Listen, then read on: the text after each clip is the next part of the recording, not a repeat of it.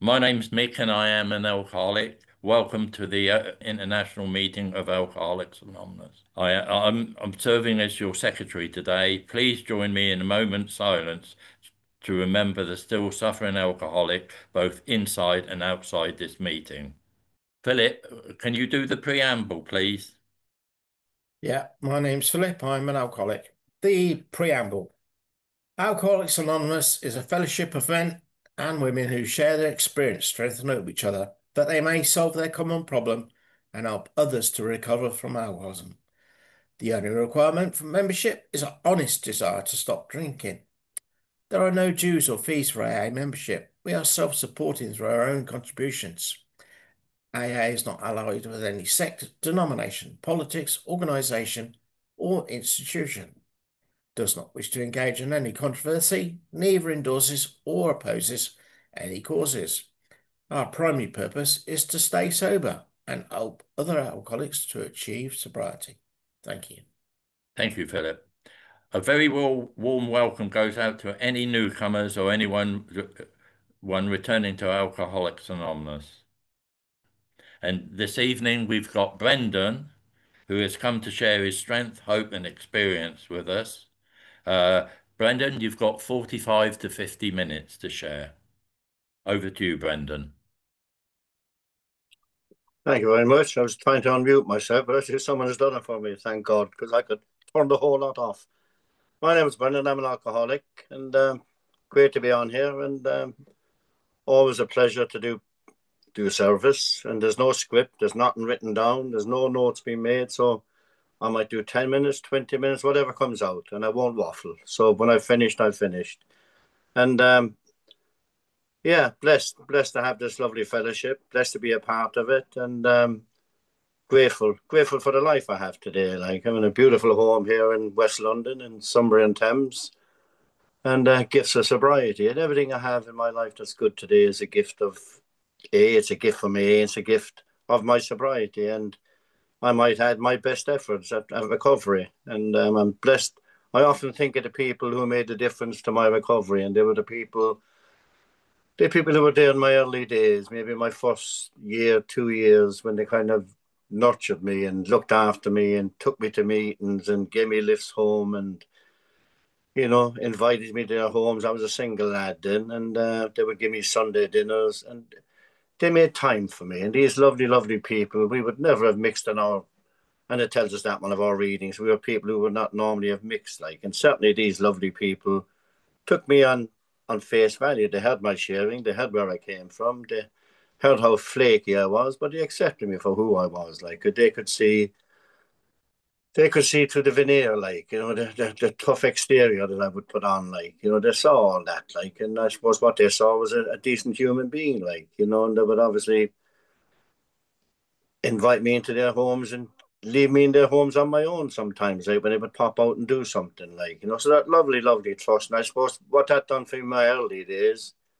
was to give me that feeling of trust and a trust I would never betray, like, and I often think sometimes it would have been easy to let myself go back again, like, as I'd done many times before, like, but there was a different element with these lovely people. Like, they invested so much time into me and energy into me, like, that I'd be more disappointed letting them down than letting myself down. So early people in recovery are very, very important. And a lot of these friends, most of them gone now. And this is my going into my 48th year of sobriety, unbroken sobriety. So I've been here for a long time, and I'm 70 in January. I can't believe it. And I look back and say, where's my life gone? But, and I just look back and I think, what a fantastic life it's been. What a journey it's been, like, and how blessed I am to have had the journey, like, and to meet the people I've met. And we talked about Barney there, about friends, mutual friends, and that, like, these lovely people that gave me the enjoyment I have in my life today. I'm blessed to be able to do a lot of conventions. I sacrificed my younger life and business to be able to get to that position, and thank God I retired many, many years ago. And I'm blessed to have a wife that likes going to conventions and likes AA people and Al-Anon people and the whole package of what we have, like, and it makes a massive difference for her to be there with me, like, I'd probably go on my own, but it wouldn't be the same dynamic, like. So I'm speaking randomly here at the moment of what sobriety gives, like. And that woman I talked about, I met her in my first year of recovery, so we're 46 years married last week. Another benefit of sobriety. That's, again, Alcoholics Anonymous. And as an aside, the amazing thing about that, I met him in a pub one night because I was late for a meeting. I missed the first connection for the meeting in Richmond, and I knew a friend of mine, or sorry, a cousin of mine, would be in this particular pub. There was a two-legged journey to get to this where the meeting was at, where I had to get to another place to get a bus to the second place, which was Richmond. Anyway, long story short, I went into this pub, and there was two lovely ladies inside there playing darts. So I started playing darts with them. I didn't feel like a drink. I didn't feel in danger or anything. And there it was that the higher power gave me back something from the pub after all that. Like, here we are 46 years later with three sons, 43, sorry, 45, 43 and 41.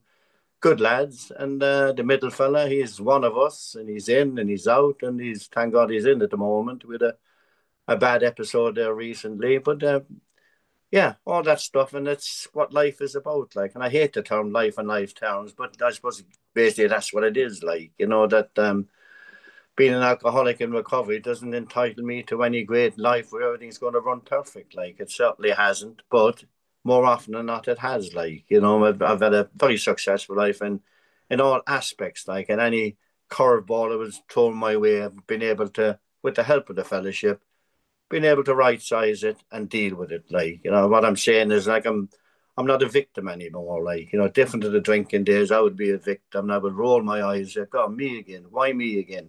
That kind of a disposition. Like, but today, thank God, it's not like that. Like, I'm a prayer. Right? I've got crucifix there on the wall, my rosary beads. I've got Our Lady there beside me. Like, I'm not religious, but I like to think I'm spiritual. So I go to Lourdes. I've been there quite a few times and plan to go again next year. And that's what my recovery is all about. Like, not about, as I said, not a religious aspect, but I'm giving thanks for the gift I have. Like, and that's what meetings do for me as well. I go there, firstly for myself, but I don't feel any danger of drinking. I don't mean that in a cocky way. Like, I've worked hard to get to that point. It tells us there in one of our readings, we've been placed in a position of neutrality. And that's where I am. I'm neutral today with alcohol. It doesn't mean anything to me, like, and I can walk down any supermarket in the aisles and it don't jump out at me. It's different in early days. It would have been a different story. But this far down the line, like, that I firmly believe today that alcohol is just a symptom of something far deeper and inside me. Like, it's the life I had that wouldn't give you tuppence for, like, and that I didn't know how to communicate in life. I didn't know how to interact in life. I was very, very shy. I was very timid. I blushed furiously as a young lad and all through my teenage life. And I hated myself for that. Absolutely hated myself for that. Like, for me, that was a weakness, like, but today I can see that a lot of people are like that, like, and today I'm not that person. Like, I'm still the same person, but I've got over all that part of it. I suppose that was ego and pride and what people think of me and that, like, So by qualification for this, I was blessed to come into these lovely rooms at age 21 and thankfully get sober at age 22. And my journey for that at 30 and a half years of age, I was sent to approved school for 2 years, which is equivalent to a Borsal, I would imagine, in Letterfrack in County Galway, in a remote part of Ireland. At 16, I was sent to prison for 6 months. At 17, I was sent to prison for 6 months. And I thought, it's the town I come from. It's the people that I know in my town. If I get over here to England, where it's all, and I had uncles who would come home every year, and they'd come home in a nice car, a big flash car, that have a nice woman with them, and later that have wives and things like that. And throwing money around in every direction. So the illusion was there, like that England was the place to come to. And I suppose it is that we got boatloads of people trying the same thing today, like, so I suppose we were the early ones of that, like, get away to the bright lights, come over here, and my life was magically going to transform. And for them, I could see later on that was an illusion as well. They could do that. They'd work hard for the year, and they'd give that illusion of having all this and that, like, and yeah, and they'd have to, as I say, work the rest of the year to get to that position for the following year. But I come over here within 3 months of being over here. That great change that was going to happen. I was sentenced to 3 months in Wormwood Groves Prison in London, followed by 12 months in Canterbury Prison, followed by 2 years in a psychiatric prison. Now, anyone listening thinking, when did you ever drink? For the few months drinking that I'd done, I'd lost 7 years of my life. And that would have continued to this present day where I'm still alive, because I'm blessed to be able to go into the prisons today and carry the message in there. And I talked to a lot of Brendans in there, who've wasted 20 and 30 plus years and are doing lives and double lives and all that sort of thing. That would have been me, not because I was a bad person, not because I just was totally irresponsible when I took alcohol into my system. And my life became totally unpredictable. What it did, it changed a very shy, introverted, blushing young lad into this Jekyll and Hyde character, and I've heard that so many times in the room. That's not unique to me. There's just whatever happens to us. I've heard the lovely, lovely women, and to look at them, you think they'd never done anything wrong in their lives. But when they talk about falling into ditches and other stuff that would happen, they were all in this together. And the journey's different for all of us. I think, that different paths we followed. Some had never been, I'd say most had never been inside in the prison, but I'd often say to people to qualify that, if you're driving a car and you're under the influence of alcohol, that's as potent as any other weapon you could have as well, So how many of us, I'm not asking for a hands up, but how many of us have done that, And this is the way I look back at my illness. I was never a bad person. I was just a person that was completely lost, who tried to cheer himself up with alcohol to change the dynamics of what was going on in my head, whatever that may be.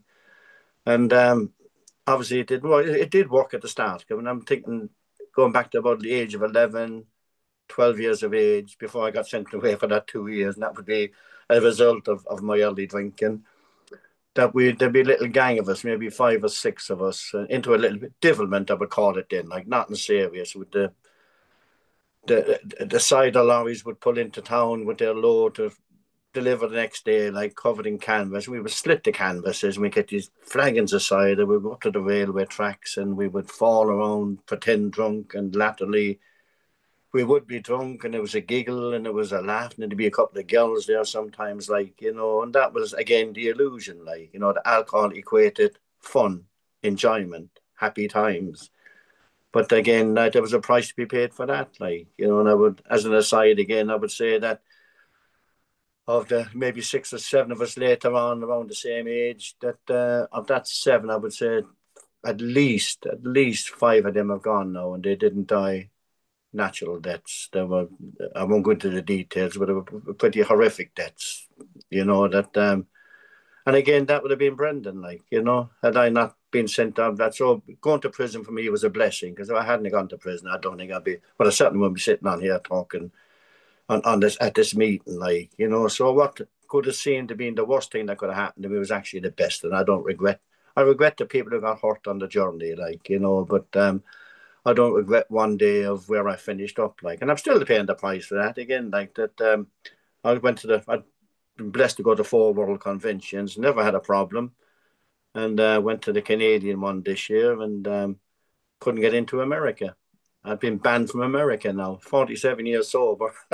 I've been banned from America, where before I had an indefinite visa, then a yearly visa, then a 5-year visa. And I say this is just random thinking, how later on we can still pay a price for stuff that happened way back then, but I know it's different governments come in with different rules and regulations and that, but kind of disappoints me. But what I suppose the message I'm saying is I've had to learn to live with disappointment through my life for different stuff that has happened. Today I'm quite fit and healthy, and I was at a convention in Spain about 9, 10 years ago. I had a heart attack over there, and that was me facing my mortality. And I had a heart attack over 3 days and didn't know it was a heart attack. So I'm going there playing my squeeze box. I do the music at the conventions and that, and got back, lucky enough, flew back when I shouldn't have been flying at all. But at this stage, we didn't know it was a heart attack. So my wife said, "Well, go and see the doctor." And I did. And I was rushed to hospital and I had stents, I had 4 stents put in. And a couple of weeks after that, I was diagnosed with cancer. Now, that's a big one for anyone that hasn't had it. And anyone that has had it know what I'm talking about.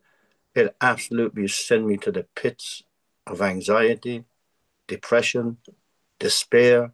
There's not even a word you could put on it, I don't think, like for the feelings. And I'm completely shut down. And why am I sharing this? I'm sharing this because I said that, as I said earlier on, like that, it's not the golden ticket when you get sobriety. Like, life still happens, and what happens to everyone else happens to us. Like. But the great thing is I didn't have to drink over it. That's the message of sobriety. Like, no matter what's going on, no matter what happens in my life, like, and for other people, divorces, kids playing up, whatever. Like, that I will never ever have a valid reason to pick up a drink again. I could have 1,001 excuses, but I'll never ever have a valid reason to pick up a drink. Not knowing what I've known, not after having met the people that I've met on this lovely journey, not I haven't had the experiences I've had. Like, and that 3 months, as I say, was the most desperate part of my whole recovery. Like, and yeah, all I did was just like a zombie, just go to meetings. And I was curled up under the settee, and I just didn't know how to break out of it. Like, but thank God today I'm out of that. I've got the all clear, so I go back every year, and it was every month, and it's every 6 months now. It's every 12 months. And those lovely magic, I had going there about 2 weeks ago. Those lovely magic words, and say, you wouldn't know what's that. What does that mean? Yeah, yeah. Come back next year, all clear. And what a lovely feeling that is. What a beautiful feeling that is. That life goes on for another. Well, who knows it's for another year, but life goes on, like. And I'm sharing all this random stuff. Really, that's my journey. Like, that's what life is today. Like, it's full of surprises.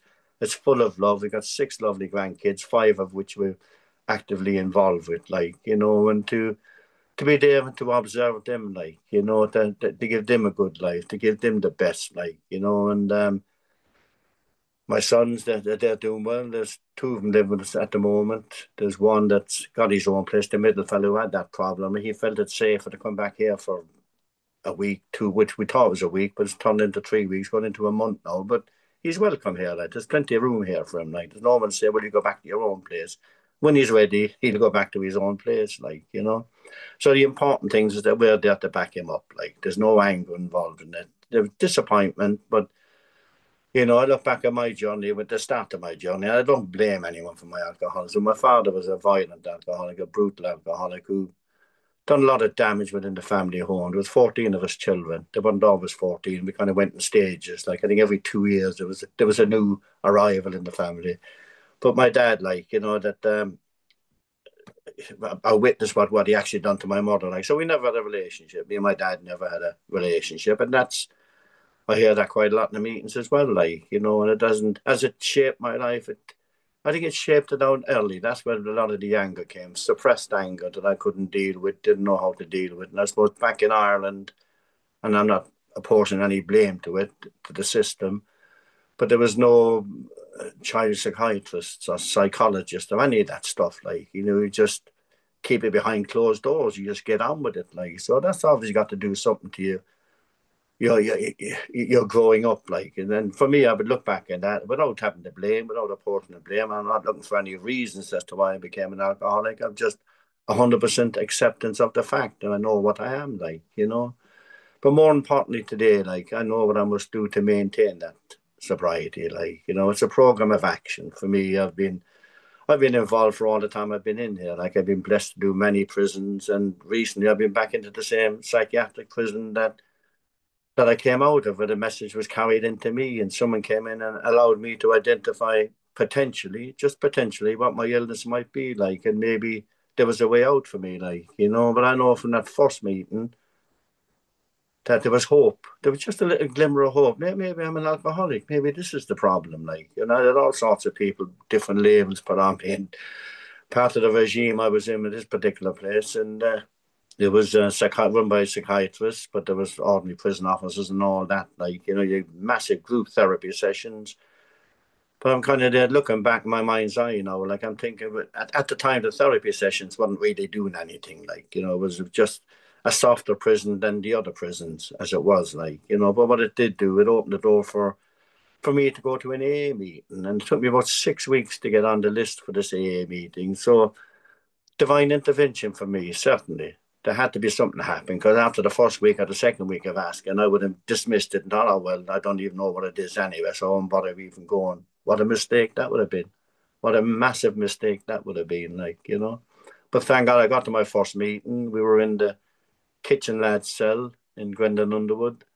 There was about 20 people at that particular meeting. But they'd always get half a dozen people from outside to come in and sponsor the meeting. And not all of them had been to prison before, but a couple had. And they'd always try and get one or two people who'd maybe done a bit of time for identification as they saw it then, like, you know. But I can honestly say I got as much identification from the people who had never been in prison as I did from the ones who had actually, and actually one of them was just finished a life sentence. They'd been out 3 years. And I think that gave me a bit of hope. I thought, yeah, you were doing a life sentence, now you're out in license, and you've been out for 3 years, 3 full years. I never made a full year from the age of 13 to the age of 20, 21, you know. And but anyway, this message they carried in, they talked about the lies. And it wasn't so much I did this and he did that, and it was not about that. Like, it was just talking about their feelings, their emotions, why they felt they drank in the first place, like that deepness, that expression again, the hole in the soul, like, you know. It tells us a lot about that in our readings, like, you know, that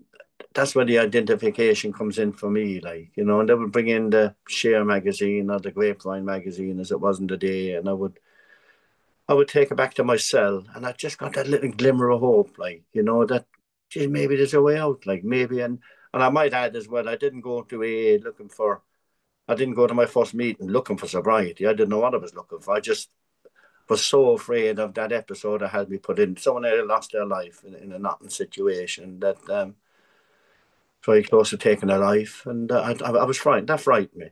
That frightened me that I'd go to, and you'd find it good, and I'm sure I'm not unique in this, that you think back to the situation, and for me it was just red mist moments, stuff would happen, something to be said, and I didn't have the maturity to talk about it. Like, so I would just react. I was a reactive alcoholic, and whatever came to hand would come to hand, and whatever was done was done, sort of a thing. Like, you know, I take no, you know, I pray for them people today, like, and if I could change things, I would change them. But obviously, I've got to accept what's happened, like, you know, and amends. I make amends where I can, like, and that's very important for me. I go to a step meeting. I've been going to Feltham step meeting here in West London for 46 years, I would imagine now, and I've missed very few of that. Like, you would think I'd be an expert on this program, and thank God I'm not. And if someone asked me what page is so and so on, I said, I don't know. It's in the index. Look in the index.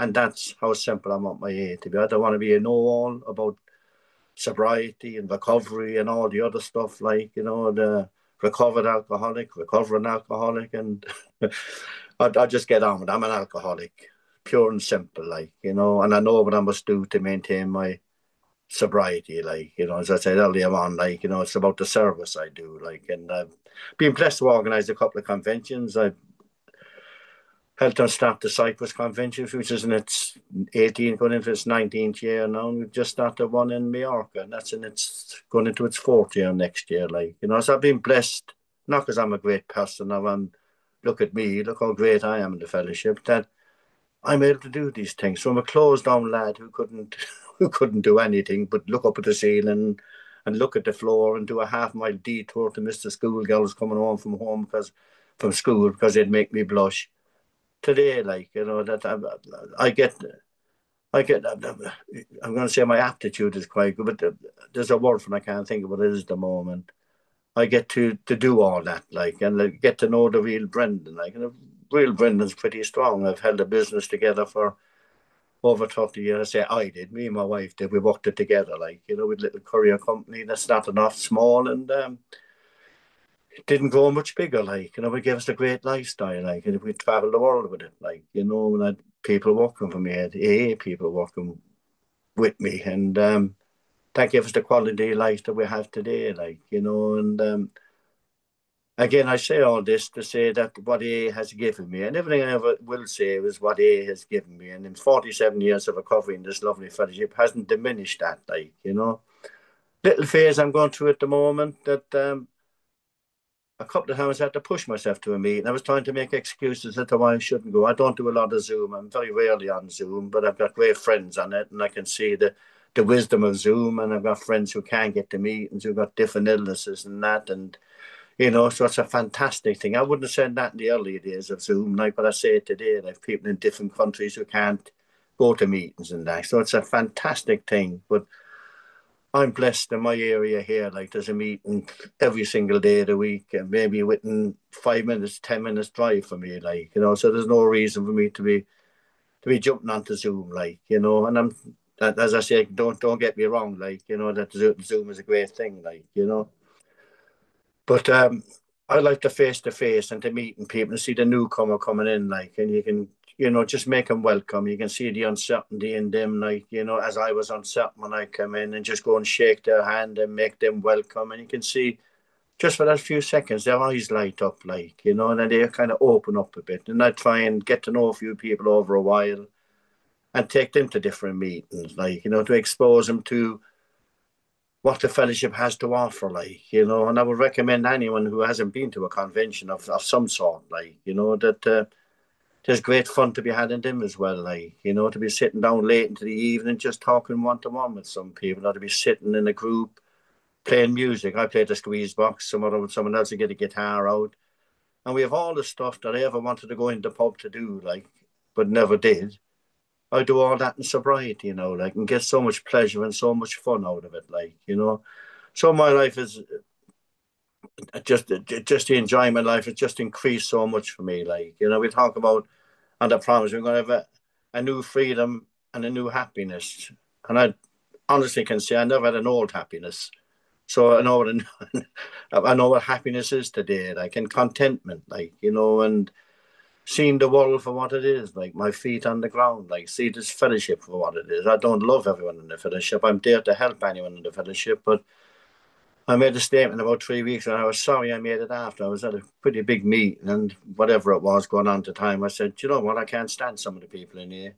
I might even say half the people in here. I came home after and I thought, what a stupid statement to make, like, And then I qualified. I went and apologized the following week and I owned it. And I said what I should have said was I love everyone in here, but I love some more than others. That would have been a more diplomatic way of saying it, like, But there's some fantastic people in this fellowship. I've been privileged to know them, and it all goes back to those early days, those lovely, lovely women that nurtured and looked after me, like, and took responsibility for me, and a lovely sponsor that gave me his time and gave me weekends, and suggested things that I would do, like, and to walk by steps, to maybe get back into the religion of my choice, like, and that's what I do today, like, and I get great solace in prayer. I pray in the morning, I get on my knees and I ask for a sober day and to be useful to other people and use me where you will.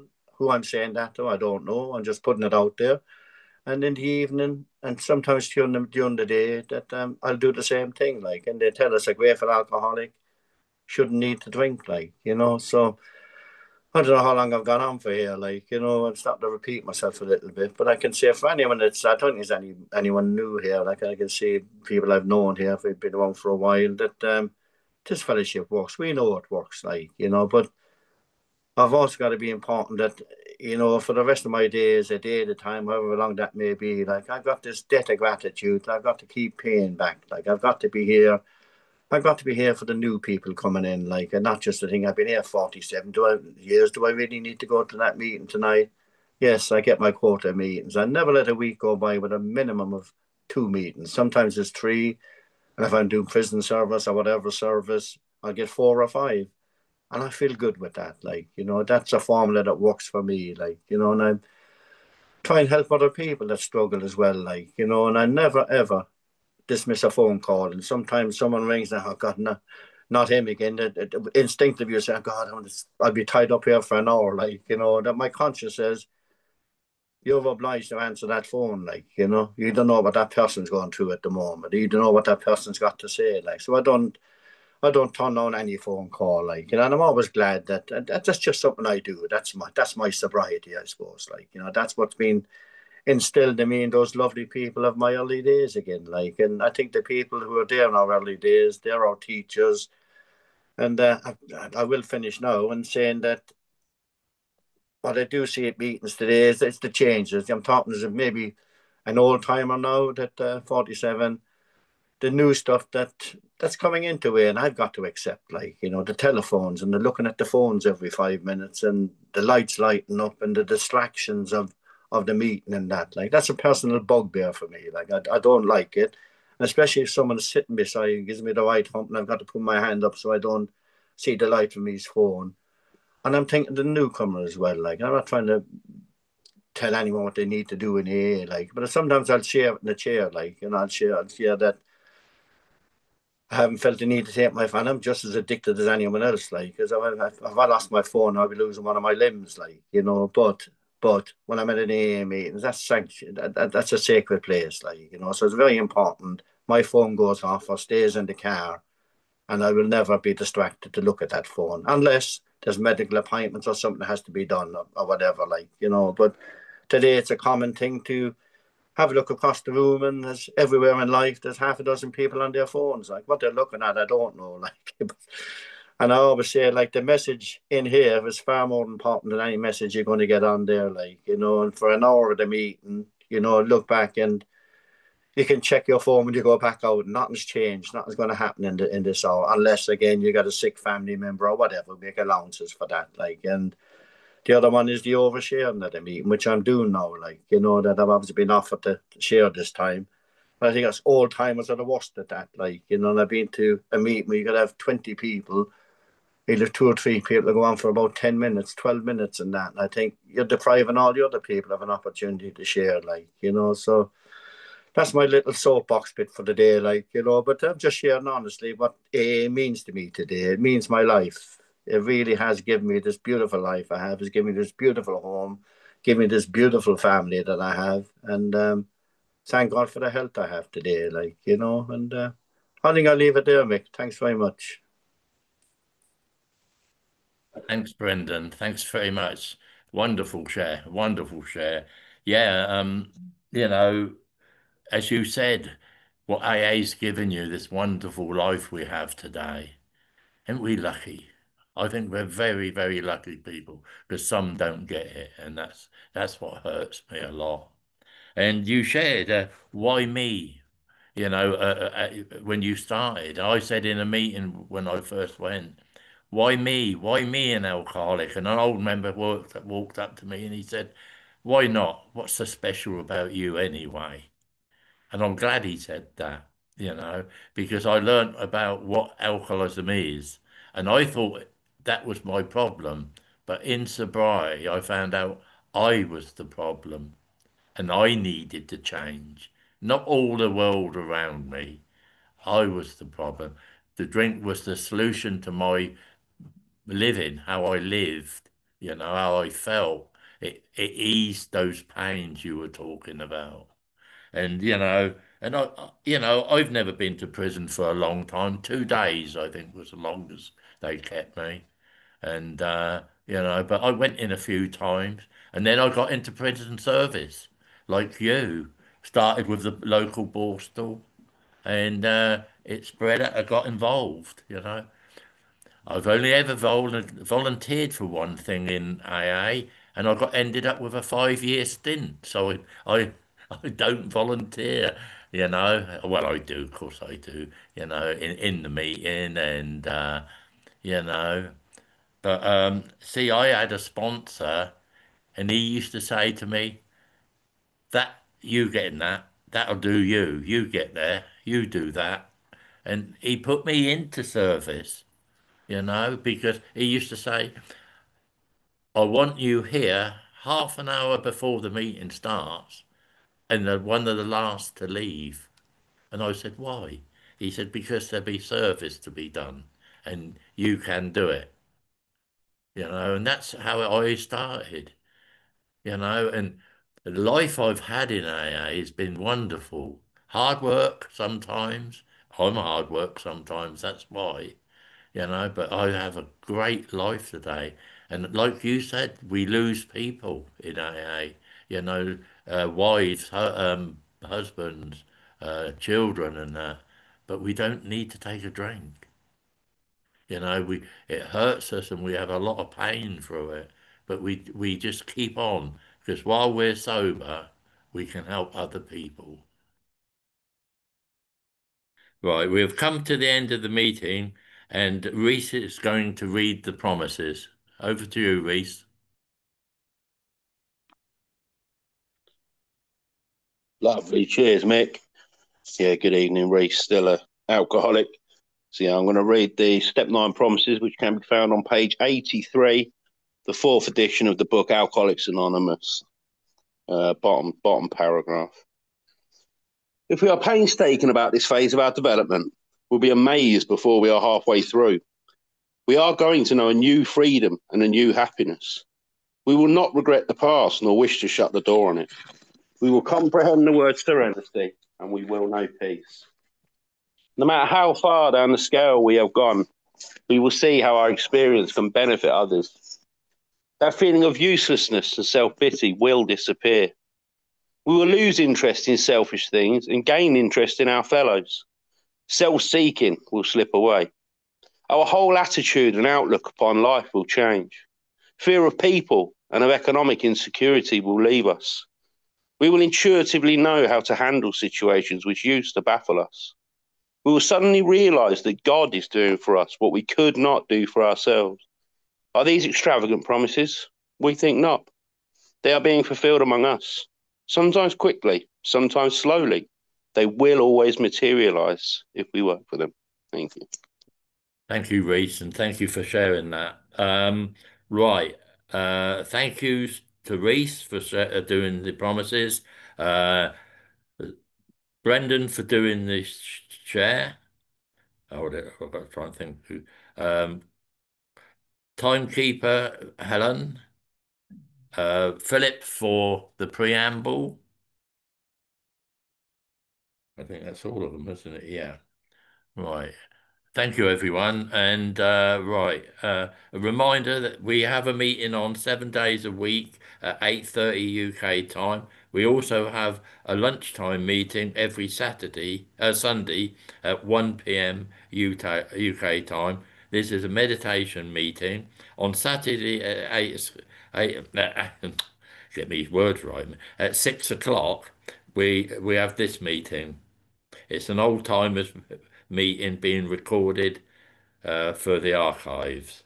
And on Thursday evening, we also have a meeting at 7:30 UK time. All our meetings are the same code. Stick around for a fellowship after the meeting. If you want a breakout room after the meeting, please let the host know. The yellow card, who we see here, what we hear here, when we leave here, let it stay here. And I'd like to invite Brandon to lead us out with the Serenity Prayer. Thank you very much. I just see my friend Mel there. He didn't get a chance to come in and share. We forgot Mel. No, he doesn't want to. And Helen, I come from Tralee, County Kerry. We're next door to Cork people. There we go. So a lovely meeting here, lovely warmth on here, and great to be a part of it tonight. And if you'd like to help me close the meeting, please, with the Serenity Prayer. God, Grant us grant me serenity to accept the things we cannot change, the courage to change things we can, and the wisdom to know the difference. Keep coming back. Brendan, sorry, Mel, I didn't see you. I saw you come in and I looked I was over. out with my daughter. I'm just literally after getting back in again. So sorry, I've missed Brendan's chair as well. If you can't get in here on time, come when you can. Yeah. Brandon, did you know Dan Canovic from Cork? Dan Canovic. He's an accountant. He spoke at our first meeting in Dungannon in our house 57 years ago. He's an accountant who don't teach an accountancy. I'm very sad now. He had a very bad accident he died. Everybody knew him. You probably won't. He's way before I know Dan. He was in Canada for a long time. Yes. I forgot to thank Sabina for being host. Oh, don't worry about it. It's okay. Can I hand over the host to you because I need to go? Yeah, yeah. All right. If I can work out how to do it. Well, I want to thank everyone for a lovely meeting. That was beautiful. Thank you, everyone. I'm supposed to be meeting Sarah for a little sponsee thing in a minute, so I'm going to leave you all and get some tea. Thank you. I'll be back again. Bye, okay. Morning, Sabina. Night all. Good to see you, Brendan. God bless everybody.